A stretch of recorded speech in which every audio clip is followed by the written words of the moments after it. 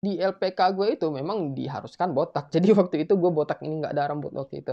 Tapi untuk pertanyaannya adalah apakah saat MCU itu kita harus tidak berpakaian, maksudnya itu polosan? Terus apakah diperiksa semuanya detailnya dari atas sampai bawah? Jawabannya adalah action. Minasan konnichiwa, Pau Pau desu. Oke guys, di video kali ini gue akan ngebahas yaitu tentang berangkat ke Jepang ya. Nah, jadi belakangan ini gue dapat pertanyaannya dari teman-teman. Pertanyaannya cukup menarik, jadi dan pantas untuk dibahas ya. Pertanyaannya itu ada macam-macam ya. Misalnya seperti, Bang, apakah kalau kita ke Jepang itu kita harus botak, Bang? Seperti itu ya. Atau misalnya, apakah kalau kita ke Jepang itu kita harus melakukan pelatihan fisik atau mungkin harus melakukan pelatihan yang seperti militer dengan yel-yel segala macam seperti itu ya.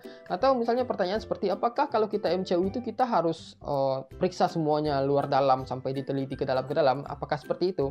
Nah, makanya di video kali ini gue akan coba jelaskan ya kebingungan dan pertanyaan teman-teman tersebut ya, agar nanti tidak ada kesalahpahaman dan agar teman-teman paham ya bagaimana prosedur untuk berangkat ke Jepang. Maka dari itu buat teman-teman silahkan nonton video ini sampai habis.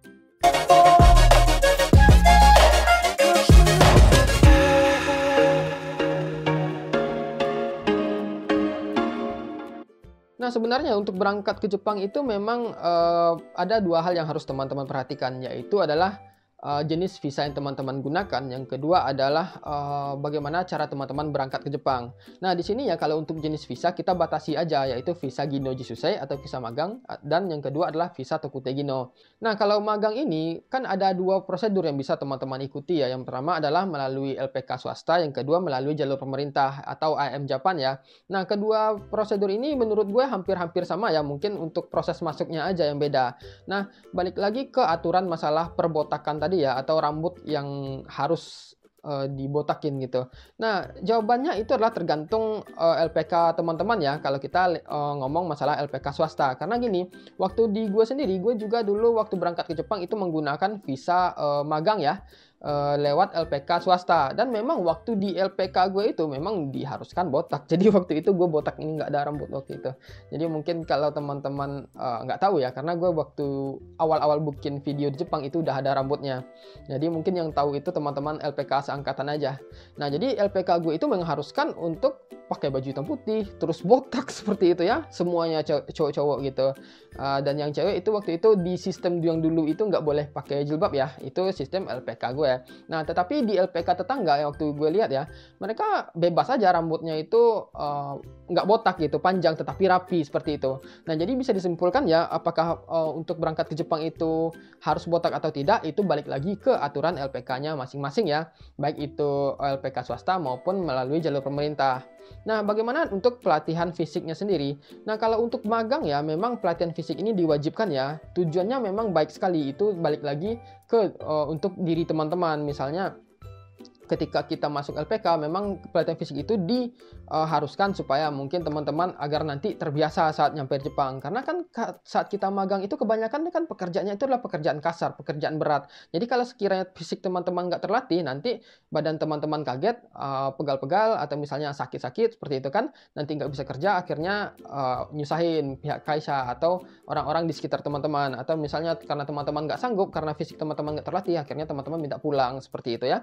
Itu mungkin dari segi pelatihan fisiknya. Selain itu juga kalau untuk misalnya dalam kita lihat ya cuaca di Jepang ya, kan kalau cuaca di Jepang ini sangat berbeda sekali dengan cuaca di Indonesia ya. Kita tahu di Jepang ada 4 musim. Belum lagi ketika musim panas itu sangat panas sekali, musim dingin itu sangat dingin sekali.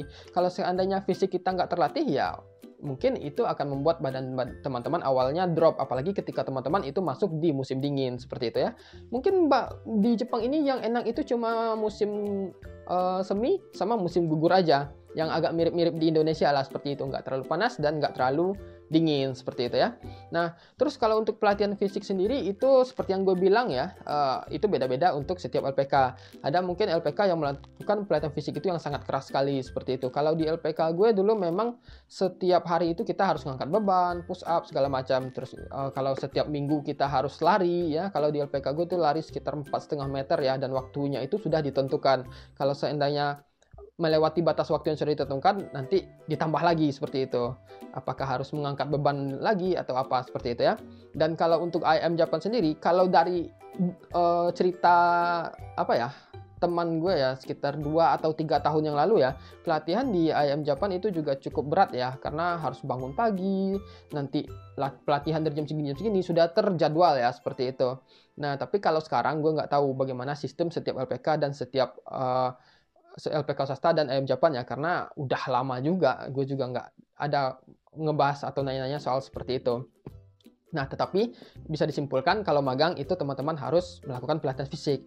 Terus bagaimana dengan teman-teman yang mungkin melihat di FB atau di TikTok ya, satu LPK yang membagikan kegiatan mereka saat mereka melakukan pelatihan. Mungkin ada yang melakukan yel-yel seperti tentara atau seperti pelatihan militer, seperti itu ya. Apakah memang diharuskan seperti itu? Jawabannya adalah tidak ya teman-teman. Itu tergantung LPK-nya, karena di LPK gue nggak ada disuruh yel-yel seperti itu, nggak ada. Mungkin kita anggap aja, kita lihat di sisi positif aja, mungkin LPK-nya itu melakukan hal seperti itu supaya teman-teman untuk menjaga kekompakan dan kedisiplinan teman-teman. Kita anggap aja seperti itu ya, walaupun nanti hal-hal yang seperti itu nggak akan kepake saat di Jepang, tetapi kita ambil sisi positifnya aja. Anggap aja nanti saat teman-teman di Jepang, oh nanti karena sudah dilatih kebersamaannya, nanti jadi lebih solidaritasnya lebih tinggi, anggap aja seperti itu ya. Nah, terus bagaimana dengan pemegang visa Tokutegino atau teman-teman yang ingin berangkat ke Jepang dengan menggunakan visa Tokutegino? Nah, visa Tokutegino sendiri ada 2 cara ya untuk berangkat ke Jepang ya, yaitu melalui LPK tadi, yang kedua melalui cara mandiri seperti itu ya. Umumnya ya, atau melalui jalur pemerintah juga ada. Kita anggap aja ini jalurnya mandiri ya. Nah, umumnya ya, kalau untuk Tokutegino itu nggak ada yang botak-botak, itu nggak ada, karena kita kan berangkatnya itu secara mandiri. Kadang kalau masuk LPK pun kadang cuma sekedar job matching aja, kita job matching, wawancara dengan user, kalau udah terima urus dokumen berangkat, seperti itu kan. Nah, jarang ya ada yang misalnya disuruh pelatihan fisik atau misalnya disuruh botak, itu jarang banget ada. Tapi kalau sekiranya ada, mungkin itu hanya di beberapa LPK yang menerapkan aturan khusus aja, seperti itu. Atau mungkin LPK yang khusus untuk untuk LPK khusus Tokutegino yang melakukan persiapan dari awal sampai berangkat mungkin ya. Nah, jadi beda-beda LPK. Tapi umumnya untuk pelatihan fisik pun itu nggak ada ya, karena itu balik lagi ke kesadaran teman-teman. Apakah teman-teman merasa pelatihan fisik ini penting untuk teman-teman atau tidak, seperti itu. Kalau teman-teman ngerasa penting, ya teman-teman sebelum berangkat latihlah fisik teman-teman, seperti itu ya. Yang penting saat nyampe Jepang nanti nggak ada kendala dengan masalah pekerjaan dan masalah cuaca. Yang penting itu sih. Nah, itu untuk visa Tokutegino ya. Jadi untuk aturan yang harus pelatihan fisik, botak itu nggak ada ya. Nah, terus selanjutnya adalah untuk masalah MCU ya. Ini mungkin satu hal yang sangat tidak disukai ya bagi teman-teman ya, dan gue sendiri pun kalau misalnya ngomong soal MCU gue juga nggak suka. Tapi untuk pertanyaannya adalah, apakah saat MCU itu kita harus tidak berpakaian, maksudnya itu polosan? Terus apakah diperiksa semuanya detailnya dari atas sampai bawah? Jawabannya adalah tidak ya. Karena gini, untuk form MCU sendiri yang kalau kita lihat ya di form yang disediakan dari imigrasi itu pemeriksaannya pemeriksaan standar aja. Misalnya pengecekan mata, telinga, terus rentgen seperti itu ya, darah. Itu sih umumnya nggak ribet-ribet amat. Terus tinggi badan, berat badan, ya simpel-simpel aja. Bahkan pemeriksaan gigi pun nggak ada di form MCU yang disediakan oleh imigrasi, seperti itu ya. Jadi kalau kita simpulkan ya nggak ada yang dicek sampai ke dalam, diperiksa-periksa, itu nggak ada ya. Jadi teman-teman nggak perlu khawatir. Karena kalau ada pun mungkin gue juga nggak akan mau melakukan hal yang seperti itu. Karena gue juga termasuk paling anti ya untuk diperiksa-periksa seperti itu.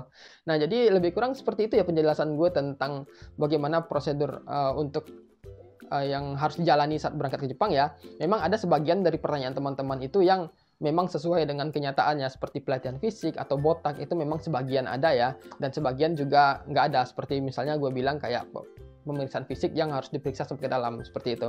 Nah, jadi kalau sekiranya teman-teman masih punya pertanyaan seputar Tokutegino atau seputar Jepang dan segala macam, silahkan aja tulis di komen. Gue bakal jawab sebisa mungkin, dan sampai ketemu di video berikutnya. Cut!